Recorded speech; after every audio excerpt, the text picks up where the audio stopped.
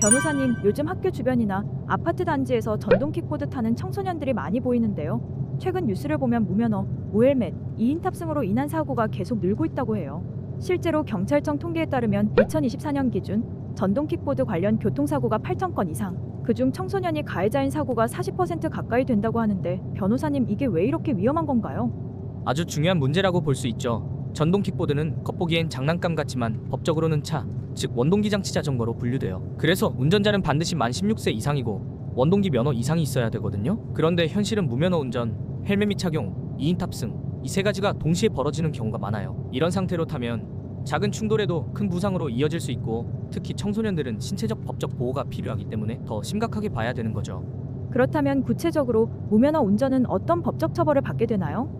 무면허 운전은 도로교통법 제80조 제1항의 위반으로 성인 기준 1년 이하 징역 또는 300만 원 이하 벌금형이 가능해요. 청소년의 경우 형사처벌 대신 소년법상 보호처분을 받을 수 있지만 사고가 크면 형사사건으로 송치되는 경우도 있어요. 특히 사고로 사람이 다치면 업무상 과실치상죄가 함께 적용됩니다. 즉 단순히 면허 없는데 좀 탔다가 아니라 교통사고 가해자가 되는 겁니다. 그럼 헬멧을 안 썼을 때는요? 요즘 보면 헬멧 쓰는 학생은 거의 없는 것 같던데요.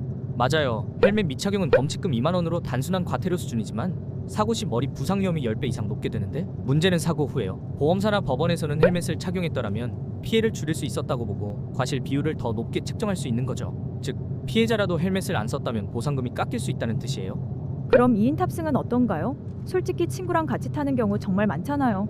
그건 명백히 불법입니다. 도로교통법 제157조 제6항에 따르면 전동 킥보드에는 운전자 1인만 탑승해야 한다고 명시되어 있어요. 2명이 타면 범칙금 4만 원이 부과됩니다. 하지만 단순 과태료보다 더 심각한 건 사고 시 책임이 배가 된다는 점이에요. 예를 들어 뒷자리에 탄 친구가 다쳤다면 운전자가 형사상 가해자가 되고, 피해자가 친구라도 친구 부모가 손해배상 청구를 할 수 있어요.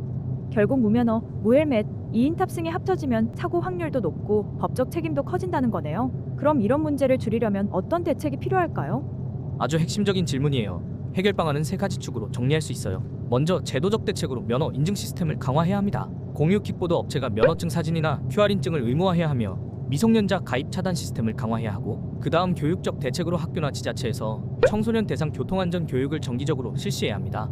킥보드도 차량이다라는 인식 교육이 꼭 필요한 것이죠. 끝으로 법적 관리적 대책인데, 경찰의 단속을 확대하고 반복 위반자는 보호자 통보 및 보호처분 강화, 사고 발생 시 보호자 공동책임 제도를 명확히 하는 것입니다. 결국 타는 사람뿐 아니라 킥보드를 빌려주는 업체, 그리고 부모, 학교까지 함께 책임의식을 가지는 것이 중요한 것이죠. 한마디로 편하게 타는 순간 큰 사고와 법적 책임이 동시에 따라올 수 있다는 거네요. 청소년들도 킥보드는 차라는 사실을 꼭 기억해야겠어요. 맞습니다. 킥보드는 편리하지만 도로 위에선 자동차와 같은 교통수단이에요. 무면허, 무헬멧, 2인 탑승 이 세 가지는 단순 위반이 아니라 사람 생명을 위협하는 불법 행위입니다. 요즘 많은 사업자들이 철수를 한다고는 하는데 아직도 많은 킥보드가 있으니 꼭 유념하고 지켜야 됩니다.